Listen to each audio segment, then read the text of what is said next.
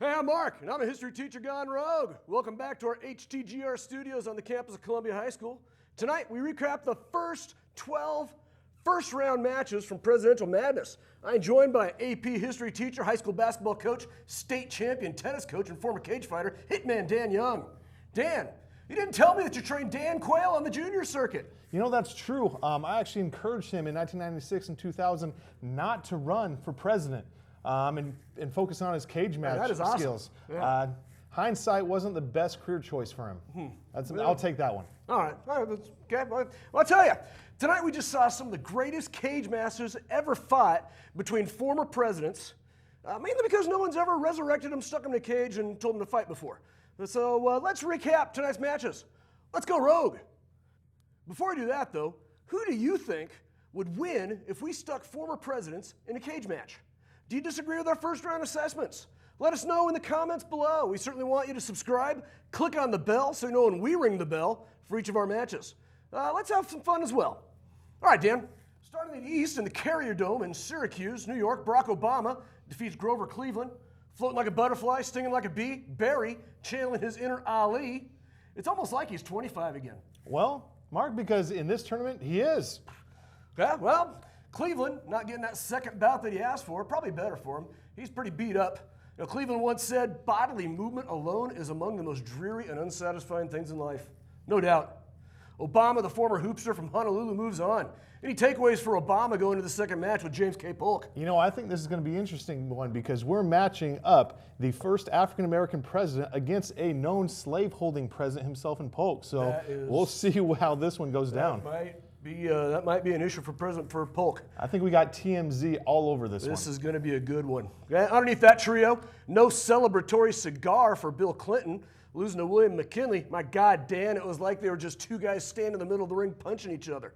Until one went down. Neither of these guys very light on their feet. You know, I was wrong with this one. I had Bill coming out, but I think he stayed up a little too late partying the night before. May have been a little bit hungover. I'm not sure. That's my guess, though. Or maybe distracted by some of the ring girls there. Possibly. In Syracuse. Benjamin Harrison over Bush 41. Dan, I swore that 41's height and his left hand were going to cause Harrison some grief. 41 wins the first fall, then the Civil War veteran takes the last three. I had the older Bush going deep into the tournament. Brackets busted. I may as well just give you my $5 right now. Well, and I'll take it, actually. But I think just that Civil War, Sherman's march through Atlanta with Harrison taking over with that, I think that was just too much for HW in the end. I tell you, Civil War veterans doing well here in Syracuse. Cleveland, of course, bought his way out of the Civil War. Couldn't buy his way out of a pummeling at the hands of Barack Obama.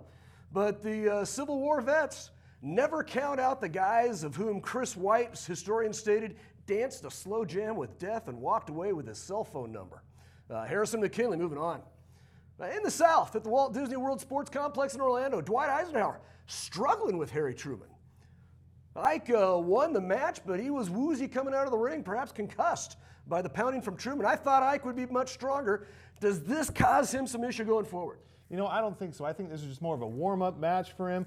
He's ready to go, and look out John Taylor, because this second round might be a good one.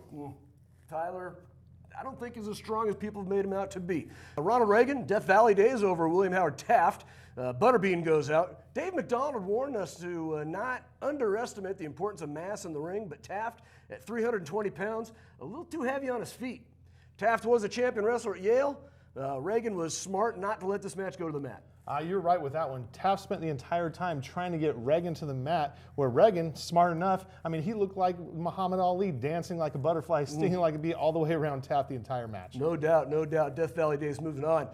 John Fitzgerald Kennedy over Franklin Delano Roosevelt. For a guy with polio, FDR battled PT 109 to the finish. This match was 2-2 going into the fifth fall. You warned against Roosevelt taking his opponents to the mat. Kennedy fell into that trap. His handlers say he may have 2 broken ribs. That might be an issue heading into the second round against John Adams. Yeah, it might, but the thing for JFK on this one, he knew he had a little Miss Monroe waiting back to give him a little post-match rub-down, and I thought that's what carried him through that fifth round. I suppose so. I was just thinking Jackie. Who do you think would win that cage match? I got to go Jackie. You got to go Jackie? Go Jackie. Gotta go Jackie. Yeah, all right. Absolutely. Okay. I tell you, presidential fight fans got their money's worth there in Orlando. And it wasn't goofy in the ring as a ring announcer. Each of these first round matches went to all 5 falls. They're hoping for the same thing in the second round. In the Midwest, though, Butler Fieldhouse, fans not getting their money's worth. The entire night was done in about 90 minutes.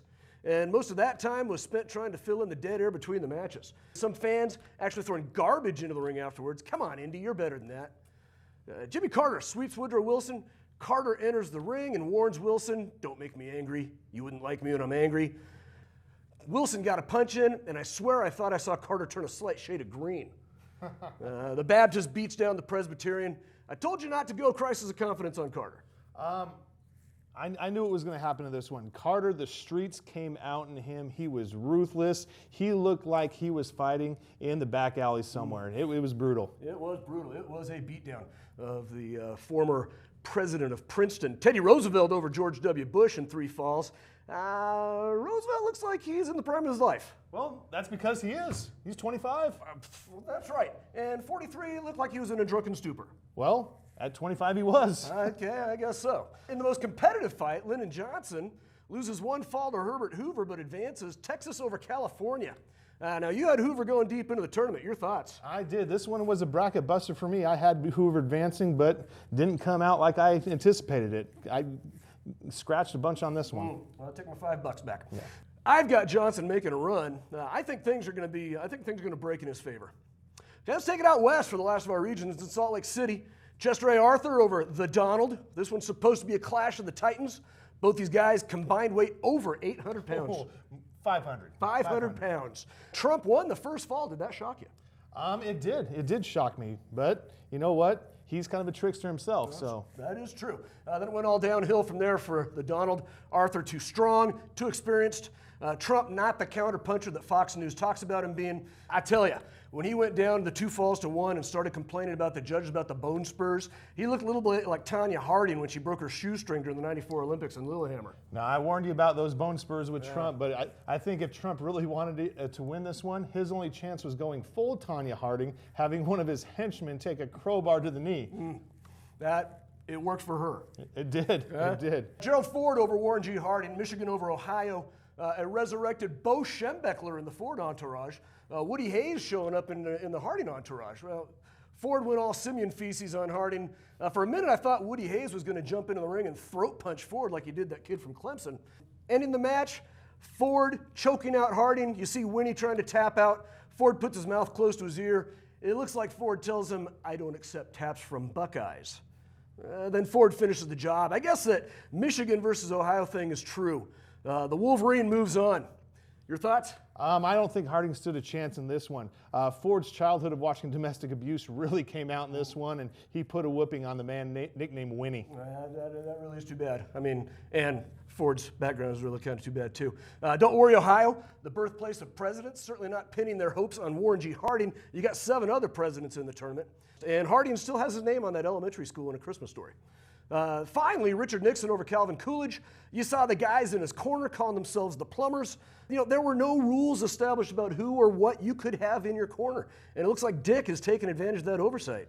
You know, I made the one key mistake in every March Madness pool. I chose Richard Nixon as my dark horse, yet I didn't pick him. I'm not making that mistake again. I see Tricky Dick going deep into this one. You think he's going deep? Yep. I think he might. I think he might as well. All right, well, round 2 of Presidential Madness coming up. Make sure you subscribe to follow every match that is fought. Ring the bell so you know when we're ringing our bells. You're also welcome to comment on your choices. Are we full of baloney or are we right on? Who do you think is the toughest president of the United States? Be part of the conversation. Hey, thanks for coming by. I hope you had fun. I hope you learned something. If you did it right, you did both. I want to thank my producer, Casey Moulton, and Mr. Brett Allen for letting us borrow his studio here on the campus of Columbia High School. I also want to thank my good friend Dan, the Dominator Young, for joining me tonight. Dan, you keep coming back. I assume you're having fun as well. I couldn't have more fun with this. Again, pitting these guys up against each other in their age 25, this is going to be the March Madness that we want to see. This might be better than Villanova Georgetown in '85. Oh, definitely. Okay? All right. Well, as always, remember me. I'm Mark Haggard. I'm a history teacher. And I'm going rogue.